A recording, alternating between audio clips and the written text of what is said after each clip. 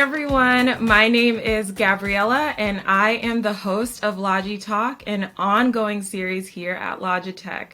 I'm incredibly excited today to start our third episode of LogiTalk in honor of Women's History Month. This month is to pay homage to women of the past, the present, and the future who are inspiring us all to do more and do better. One of those women is Dr. Roshawnna Novellus. Dr. Roshawnna Novellus is the CEO and founder of Enrich Her, a financial platform that predominantly connects women entrepreneurs with lenders who want to earn a return on their investment while fueling the growth of women-led businesses. Dr. Novellus is a gender equality advocate who believes in economic empowerment and inclusive economic growth. Dr. Novellus holds a PhD in systems engineering with a minor in finance, a Master's of Science in Information Technology, emphasizing information system engineering, a Bachelor of Arts in Business Management Economics, and a Bachelor of Science in Computer Engineering, achieving summa cum laude in each. Dr. Roshawnna also recently co-starred alongside Lil Nas X in Logitech's Super Bowl 55 Defy Logic Super Bowl commercial. So happy to have her with us today. Welcome, Dr. Roshawnna. Hi, it's great to be here. Yeah, happy to have you on. Happy Women's History Month. Yeah, it's exciting. Women, of course, deserve praise all year round, but it's good to have a month that focuses on our contribution. Absolutely, and that's dedicated to all that we're doing and really all that we have left to do because there's so much of it. I'm thrilled to be able to hear from you today and grateful to receive some of your time. First things first, what was your experience seeing yourself in the Super Bowl in a commercial alongside Lil Nas X? Where were you? What were you doing? How did it feel? Yeah, I was beyond excited to be featured as part of Logitech's Super Bowl ad, especially, it released in the very first commercial break of the game and to be highlighted because of my work to impact, new majority founders was simply amazing. Actually celebrated with one of the first women that I ever funded through the EnrichHER platform. So I was with her and her two daughters during that uh, the airing of the Super Bowl commercial, and it was just an exciting sign to me that the work that I'm doing is needed. Oh, that's such a blessing to be in very a full circle moment to be able to sit down with someone who was there at the very beginning of your journey. But your journey did start long before Enrich Her, and I'm sure throughout this conversation we're going to dive deep into that. I want to start off with your expertise, which is helping women business owners receive funding. What is community funding? And how did that concept inspire you to start EnrichHER? Great. So Enricher has paired over 163 companies with $14 million. And we fund businesses in a variety of ways. One, through our partners. So we have partners with corporate foundations, corporate giving departments, and the like. In addition, we offer community funding. So that is where individual investors, such as people listening to this discussion, can decide, hey, I want to lend money to deserving companies led by women in exchange for a return on my investment. And so we have launched with both community funding options and institutional funding options so that we can fund as many women-led businesses out there as possible. That is amazing and incredibly remarkable. You launched in 2019. What was the initial reception around this, given that you've been in the field for quite some time? Exactly. Launching Enricher was definitely a long time coming. I initially came up with the idea in 2017. And when I was doing my customer discovery, I met with a whole bunch of organizations who also focus on supporting companies led by women and people of color. And they said, hey, Enricher is necessary, it is needed. The first gathering we had attracted over 500 people in 30 organizations to support our initiative. And this was before we had a website, before we had anything. So I knew that this was a needed platform and that I should push forward. It took us until 2019 because we had to go through several regulatory processes in order to offer what we provide as a fintech platform to the public. And so when we're able to launch in 2019, it was exhilarating. It was great to fund our very first company that year. And it just set us up to be in the place that we're in today. When I launched the funding side in 2019, I didn't know that just 2 years later, less than 2 years actually, I would be in a Super Bowl commercial with Logitech. So that just goes to show you the power of the work that we're doing to empower this vital community here in the US. It's incredible that you could really find that need, and that need is really steeped in a fact that I learned while reading up on everything that you've done. And that fact, maybe you can reiterate it to us about the number or the very small percentage of women that actually are able to achieve capital for their businesses. Unfortunately, I can definitely answer this question. Less than 2% of all funding goes to companies led by women.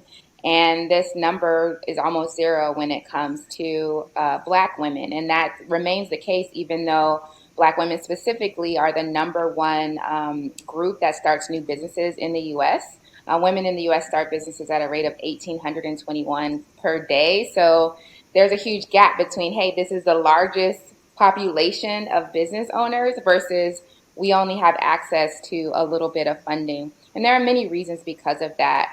One, the financial infrastructure in this country was not built or designed by women or people of color to suit our needs.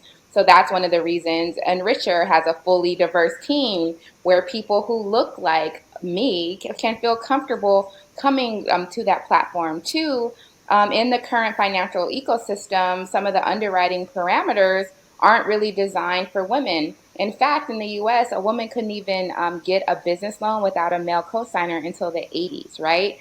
And so, what we've done at EnrichHER is created new underwriting models so that this bias is eliminated. And then another thing is women are better stewards of capital.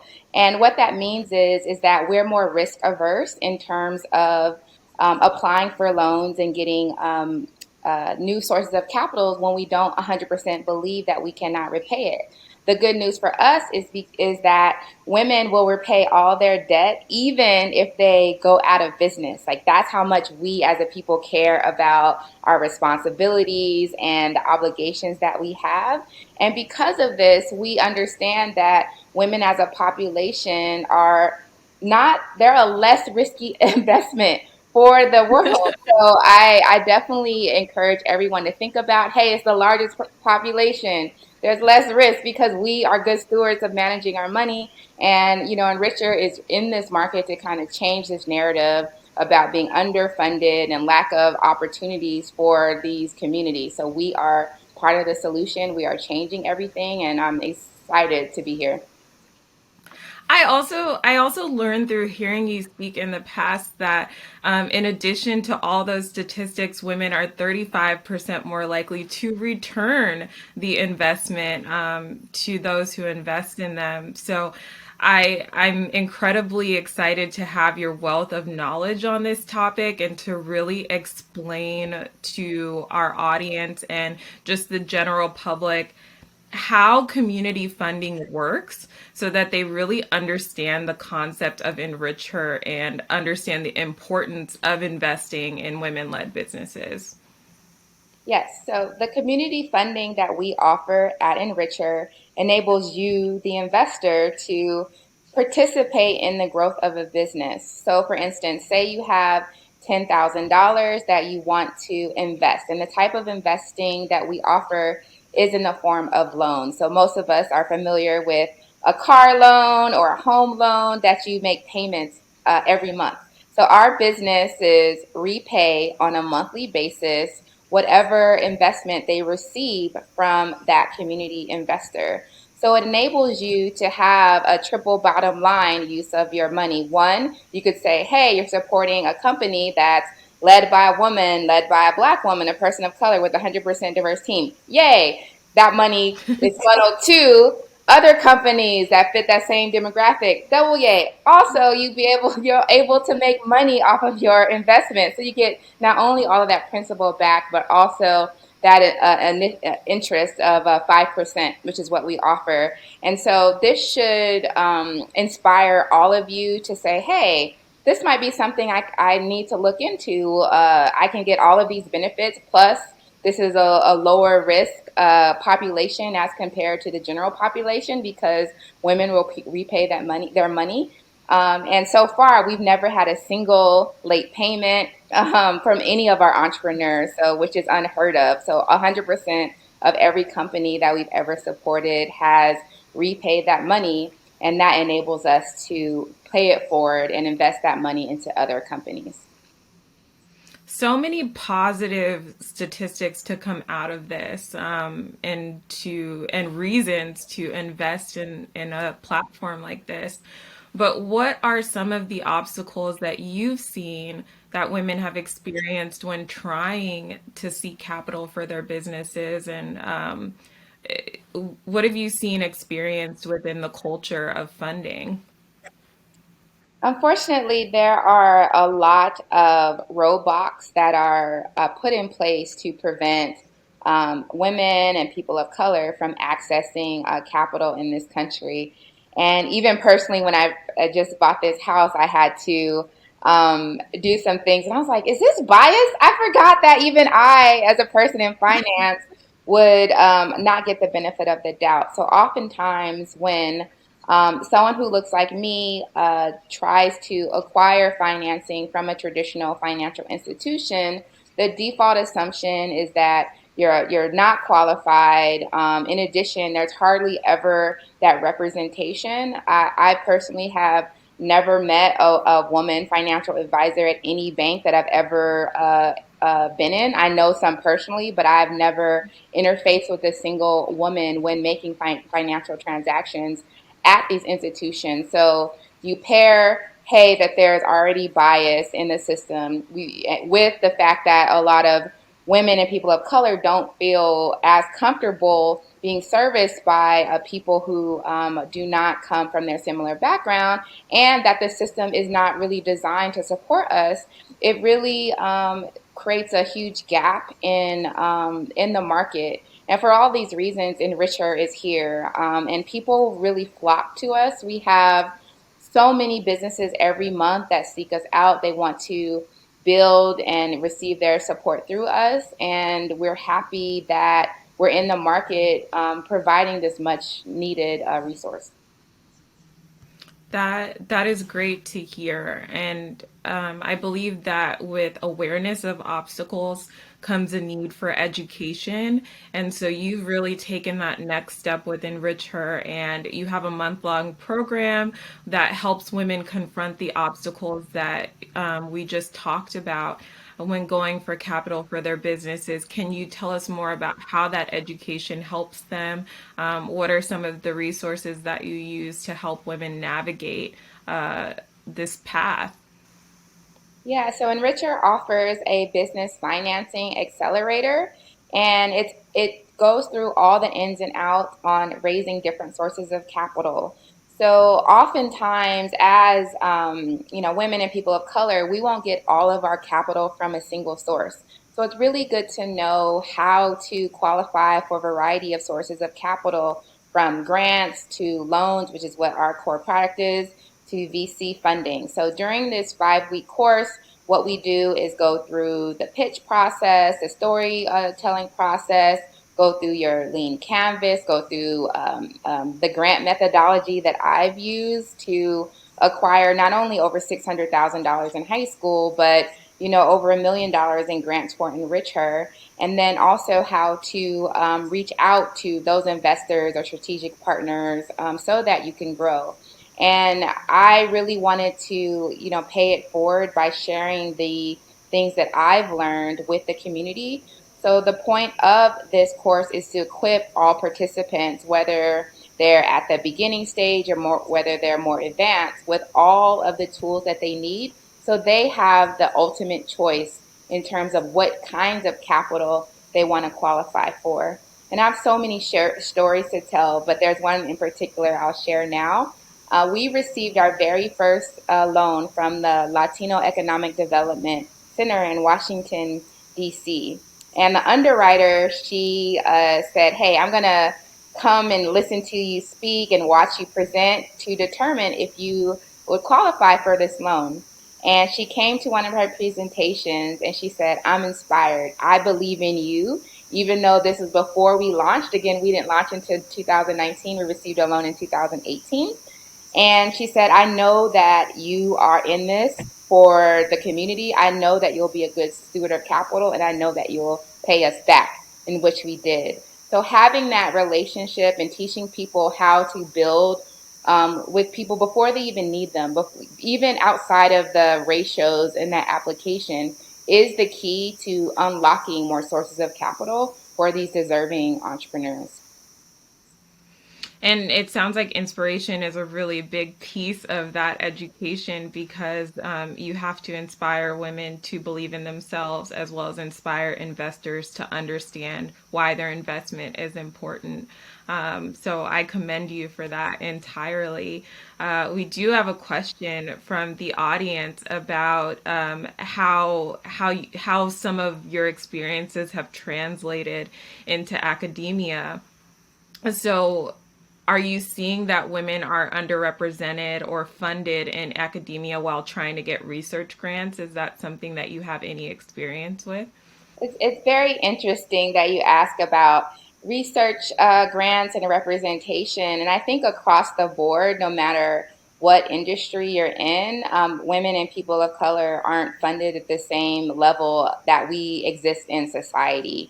And my background, working at Johns Hopkins Applied Physics Lab, and even teaching and when I was in my graduate studies at Rensselaer Polytechnic Institute, there was definitely a lack of people who look like me around. However, I do believe that whether you be in academia or doing what I'm doing in the fintech sector, there have to be people who said, "Hey, it's time for a change. I'm going to be the solution for what we want to see in the world, and we have to push it forward."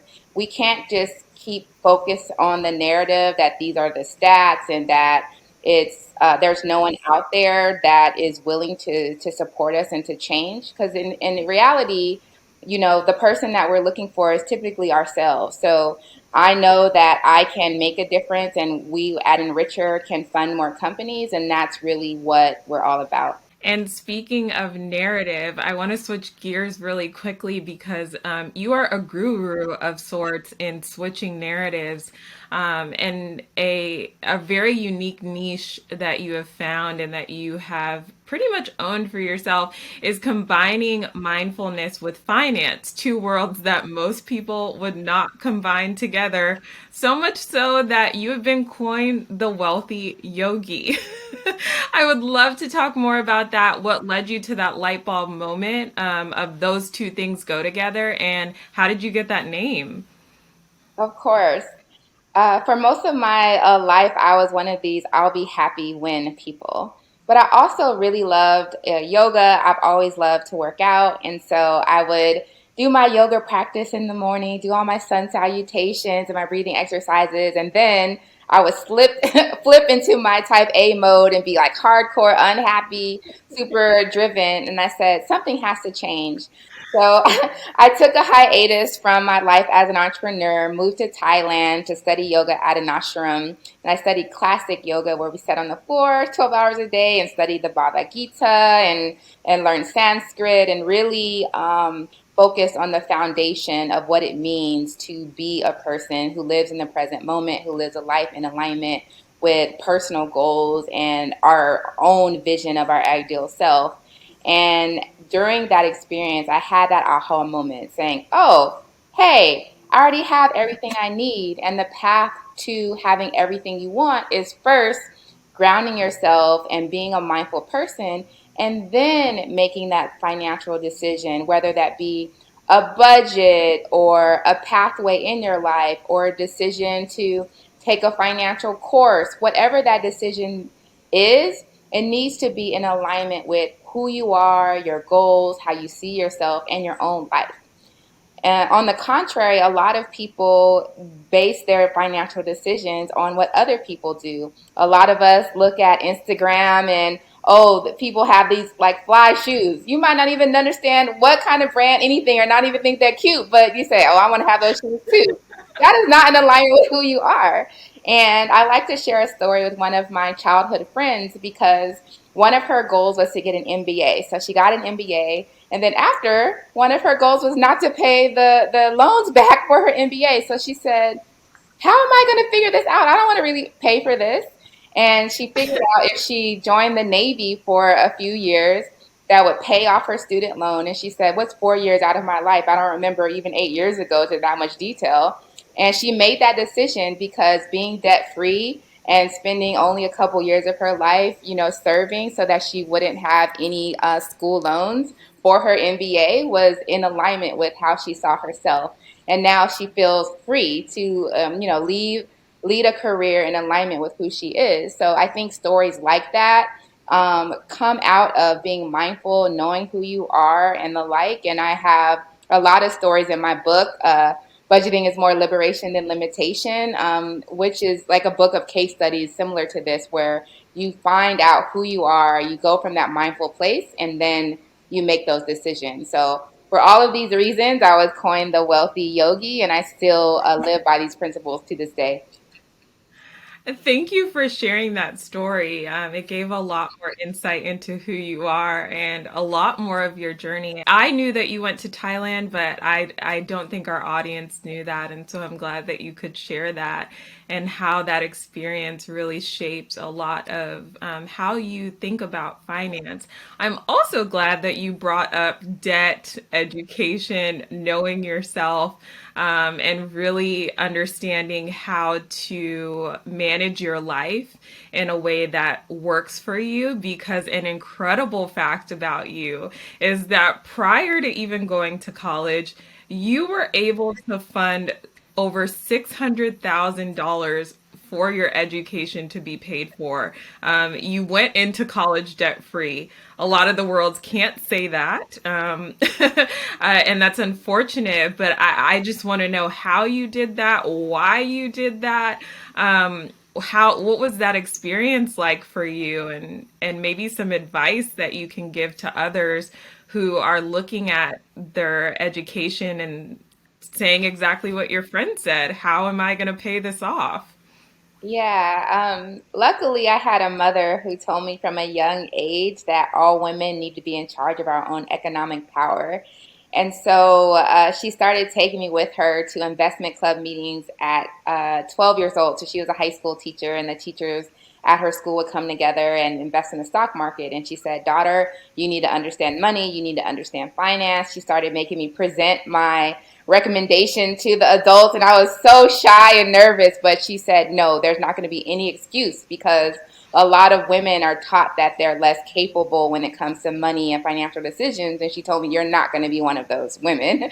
And so by the age of 15, I sat my mother down and I said, hey, I had this whole strategy because I knew my mother was concerned about ensuring that I had everything that I ever wanted. So, she taught during the day, and she taught GED classes on nights and the weekends to ensure that, we didn't lack for anything. And I wanted to make sure that she knew that my whole college was paid for.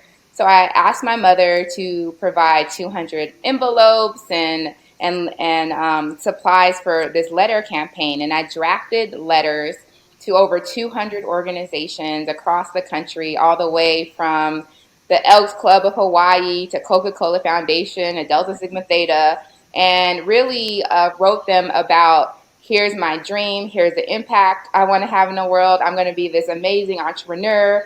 I love school. I was valedictorian of my high school as well, and I promised to be a good steward and pay it forward. And could they, provide a sponsorship, or could they allow me to apply for whatever program they had? And I received yeses, yes after yes, and I did everything that it took to apply for all of these programs. Some of them were $500, and others, like I'm a Gates Millennial Scholar, were a lot bigger than that. But the whole point is to be persistent and know that one no does not mean that you're not worthy. And this is what I teach with Enrich Her, especially with our accelerator. That's one of the reasons why we came up with the idea to have this, is that for most of us, we have to aggregate or crowdfund capital from all kinds of sources. I crowdfunded that 600,000 for my education, and most of us are crowdfunding for our business. And Enricher is a conduit to making this happen. And so it's all full circle. It all started from a young age, from inspiration from my mother, and I continue to want to share that same kind of mindset and process with everyone that I can help. I am so wowed by you, and I think that part of your journey is incredible. I, for one, was waiting tables to pay my way through college. So I wish I knew you and I could have sent out those letters and would have been in a much better position with the calluses on my hands. But we all get to where we're going in different ways. So I really want to applaud you for that. That is an incredible fact, and I think so relevant now to a lot of recent high school graduates and high school students and their families who are looking to college as the next step, but uh, don't quite know how to go about it. So really, I live by the motto, all you need is one yes, and it seems like you do as And well. I just wanted to add that it doesn't have to look a certain way. So some people have heard me talk about this and say, "Oh, I didn't do that in high school. It's too late." No, you can decide at any point in your life to go pursue your education, to start your business.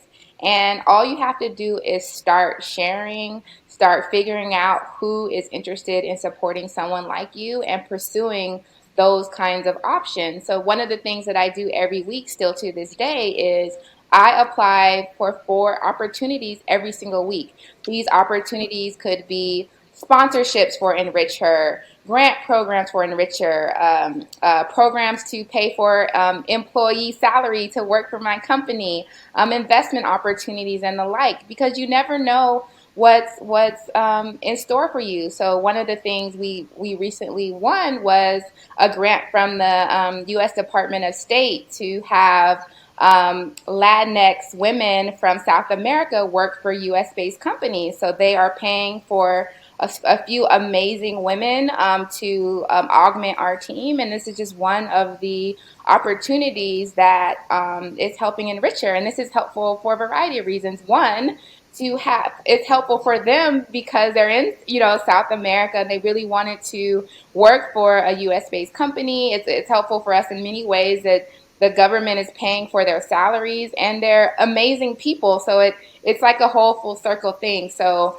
I believe that crowdfunding everything you need is the way to go, and a lot of times being a person who doesn't have all of the opportunities just thrown at them by default, you have to open up your perspective in order to access all of these resources that are available. I love that you speak about every week applying to 4 new opportunities. That's something that we can all put on our to-do list for our own self-investment and moving forward, whether we're women or not. And that leads me to a question that I think so many people would have right now about a current trend in investment, which is cryptocurrency. And what are your thoughts on investing in that? Is that something you would put down on your to-do list um, as one of those items for a certain week? Well, I think no matter what kind of investment that you would like to make, you do your research and make sure that the risk profile and your expectations are in alignment with, your needs for that money. And one of the reasons why we offer like a fixed rate investment for Enricher is to give people something that they understand. People understand, hey, in 1 year, I'll be repaid 5% more than I gave you. Okay, that sounds, I understand that, and that sounds great. Whereas with cryptocurrency, a lot of people have questions on converting, back to the fiat, the US dollar, or how the fluctuations work, what are the indicators, and all this kind of stuff. So it definitely requires a different level of expertise than investing in women-led businesses. So I definitely recommend do all of your research on any kind of investment that you want to make, and understand all the risks that are associated with it. Yeah, it sounds like you're saying that every different type of and style of investment really requires a different education about that style. And so you have to go to someone like yourself who is very, very educated in funding and investing in women led businesses. And I'm sure there's people who are very, very well educated in investing in cryptocurrency. And the incredible facts about you don't stop. You also bought your own home at 22, correct? Yes, I bought my first house at 22.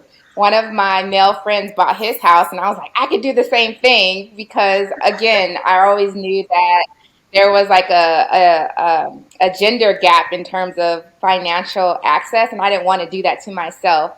So one of my friends who was also an engineer, he bought his house based on an offer letter, and my heart was beating fast, and I said, "Can you encourage me along the way so that I don't give up and I go through the process?"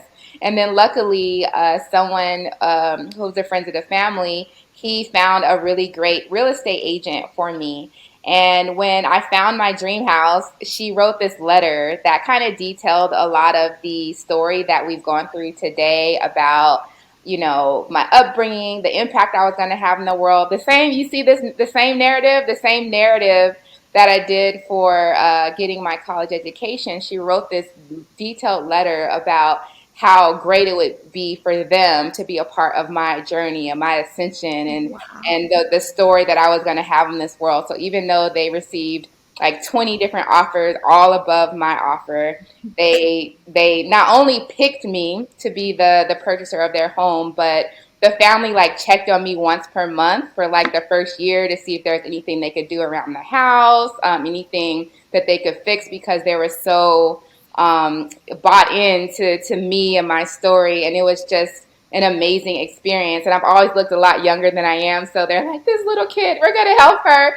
And so it was a great experience. And I tell everyone, hey, like, work on that story and that letter, because the financial ratios are one thing, but another thing is if people feel like they're part of something bigger.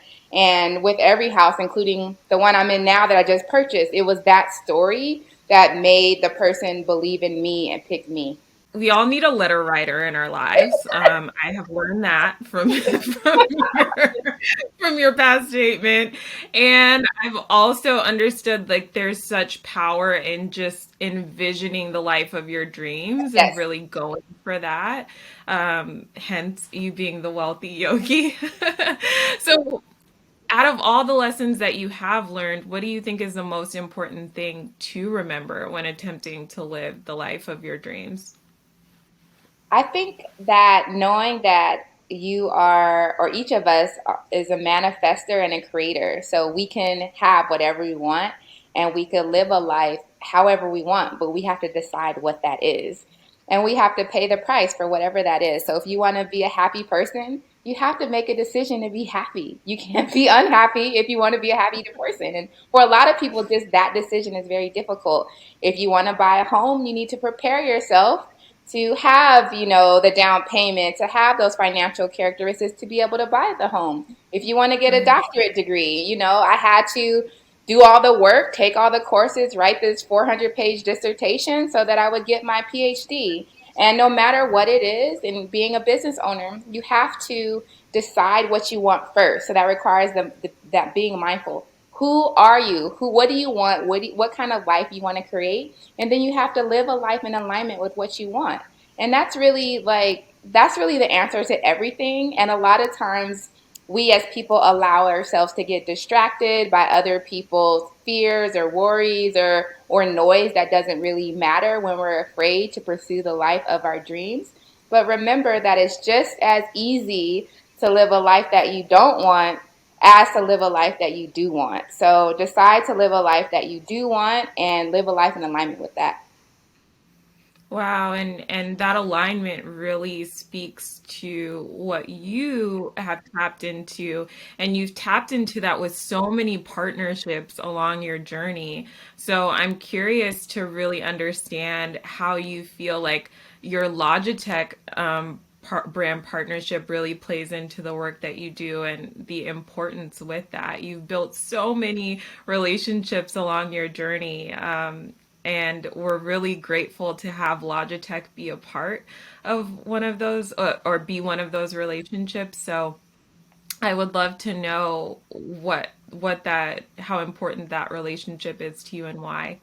Yeah, the relationship that Enricher has with Logitech is so important for so many reasons, but one reason is that I'm a bit nostalgic because when I was in grad school, I used to tell all my friends, "Hey, buy these like Logitech vertical keyboards." I used to be like such a tech nerdy with gadgets and whatnot, and I used to be the source that people would come to figure out all of their like devices and stuff. So Logitech one reminds me of a time where I was hardcore engineer and all I thought about was technology and what was coming out, in the next release. I had all the magazines where they would forecast the new trends in tech. And I remember, Logitech being such a part of my, education and my being the tech person that I am. And so that's one. But two, I feel like Logitech allowed me to be myself in the partnership. So if you see the commercial, you'll see me in my own clothes, talking to my team members in my own space. Like the commercials and the ambassadorships captured me in my essence, how I live my everyday life. Whereas a lot of other companies kind of want you to be different, kind of want to change. But Logitech said, you know what, Roshawnna, we like you as you are with your own things. And that really means a lot to me because a lot of times people don't feel that they can show up in the world as they are and get some of these amazing opportunities that are available. So Logitech enabled me to have these amazing opportunities being the person that I am, every day in and out.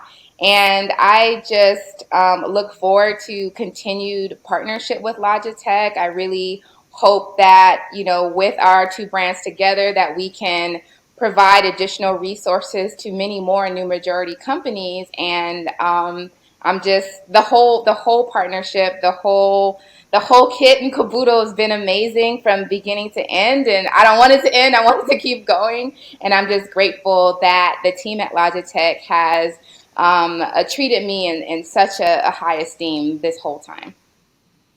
I will say that you certainly know how to manifest a full circle moment.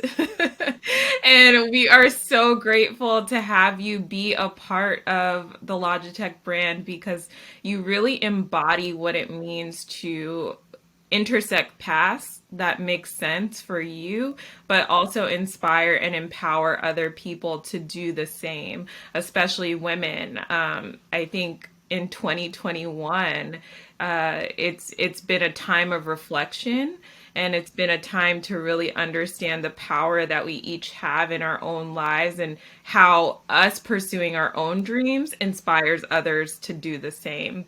And so Logitech is so proud of you. We're so grateful to have you. Seeing you in the commercial was remarkable and inspiring and uplifting. And on that note, we should talk about what defying logic means to you as a Defy Logic creator.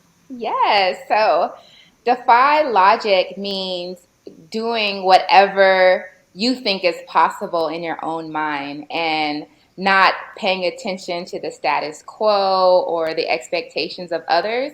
It's really everything that I've discussed in this interview to just defy the odds, go out and be whoever you want to be, do whatever you want to do, and believe in it without doubt.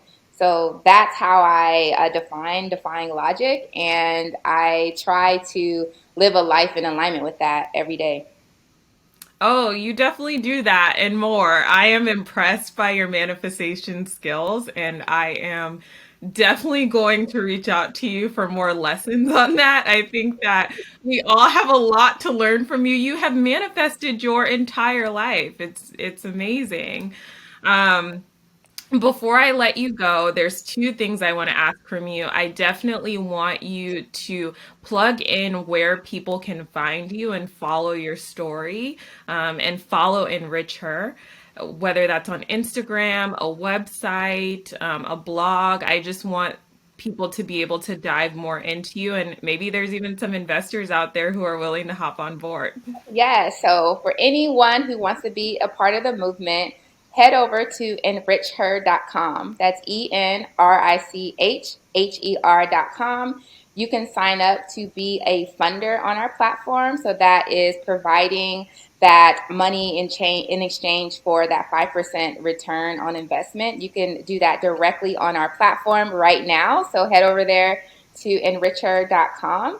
You can follow us on social media at I Enrich Her. And if you want to follow me directly, you can me up, Roshawnna. I am the only Roshawnna pretty much out there. So if you put my first name in Google, you'll see lots of pages about me, including my LinkedIn and the Wealthy Yogi story. So, but first, go to enricher.com and then you can connect with me on LinkedIn.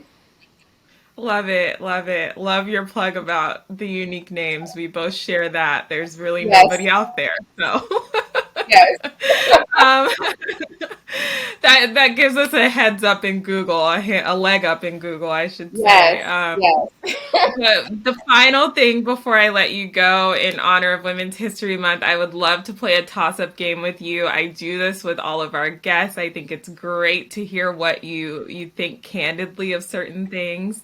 And in honor of Women's History Month, we should probably figure out who your favorite women entrepreneurs are. And I want to preface this fun game, this fun part of our talk, with the fact that all of these women are praiseworthy, and in the entrepreneurial space. So I'm just asking Dr. R so that we can see who her favorites are, who resonates with her, and get to know her a little better. So I'll just start off with, I think this is a pretty hard one. Ariana Huffington or Debbie Fields. It's like news versus cookies. Both go hand in hand for me every day, but Yes, I I'm curious to see selected which one you like more. Ariana Huffington. I don't have a sweet tooth, so the desserts do not sway me, but I really like the outlets that she has created for so many business owners and the investment platforms and the like. So yes, Ariana Huffington. Yeah, yeah, I wouldn't even answer this question because I do have a sweet tooth, so I understand. I understand Debbie Fields a lot more personally, but I really respect Ariana Huffington as a former journalist myself. I love that she turned that outlet into opportunities for everyone, which is a lot of what you do. So I can understand why she resonates with you. Okay, another tough one. Rihanna or Beyonce. And we're not talking about the music here. We're just talking about their financial endeavors and how much they each have, really put a lot, they've raised the bar for a lot of women out there. They have raised the bar. I had to go with Beyonce. I love that she just decides when she wants to be public and when she doesn't. Like, she has such control over her timing, and what kind of business endeavors that she participates in. So, for all of those reasons, I select Beyonce. You are so right because Beyonce could drop something at 1:09 a.m. Right. on a Thursday. And for some reason, we're all awake at that specific time and we're all there for what she's dropping. So I completely agree with you on this. Okay, the next one, Sarah Blakely or Sheryl Sandberg. I mean, for one, we're talking about Spanx here, which is revolutionary. And then Sheryl Sandberg, who really on the technology front has taken a leap. I have to go with Sarah Blakely. just her story and how she went through the whole legal process on her own, and she pulled someone into the bathroom. Like, she defies logic in so many ways. And of course, she's based here in Atlanta, so have to get that a little plug there. But her story is such an inspiration. That is true. That is true. Shout out to both of those women doing amazing things. And we'll get to the last two, Jessica Alba or Sofia Vergara. I would say Sophia because just like her whole story and how she presents herself in different ways. I don't know. I just think she's so unique. And I think we need more unique kind of voices and appearances out there. So, She is incredibly, incredibly unique. Incredibly unique. I will say Jessica Alba is on the shelves with a lot of her products yes, and you yes, wouldn't even know that she's behind them. So I do like the anonymity of her person within her field, but she's definitely they're both sitting on the throne, that's for right. sure. And we'll end with two late greats, Coco Chanel or Mary Kay Ash. That's a really hard one. Yeah, I selected Mary Kay simply because that company has inspired so many women to be entrepreneurs, and so many people have received their first taste of entrepreneurship through a company such as Mary Kay. So I think that that company has enabled a lot of people to see that they can be in charge of their own economic power. And for that reason, I go with Mary Kay.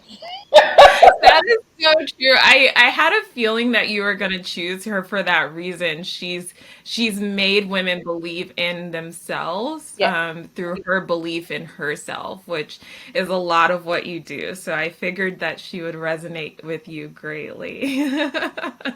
Well, Dr. Roshawnna, I'm in awe of you, really, and I know that all of our listeners and our audience is too. And so I want to thank you and I want to commend you not only for coming on and speaking with us, but for being a woman who is making history.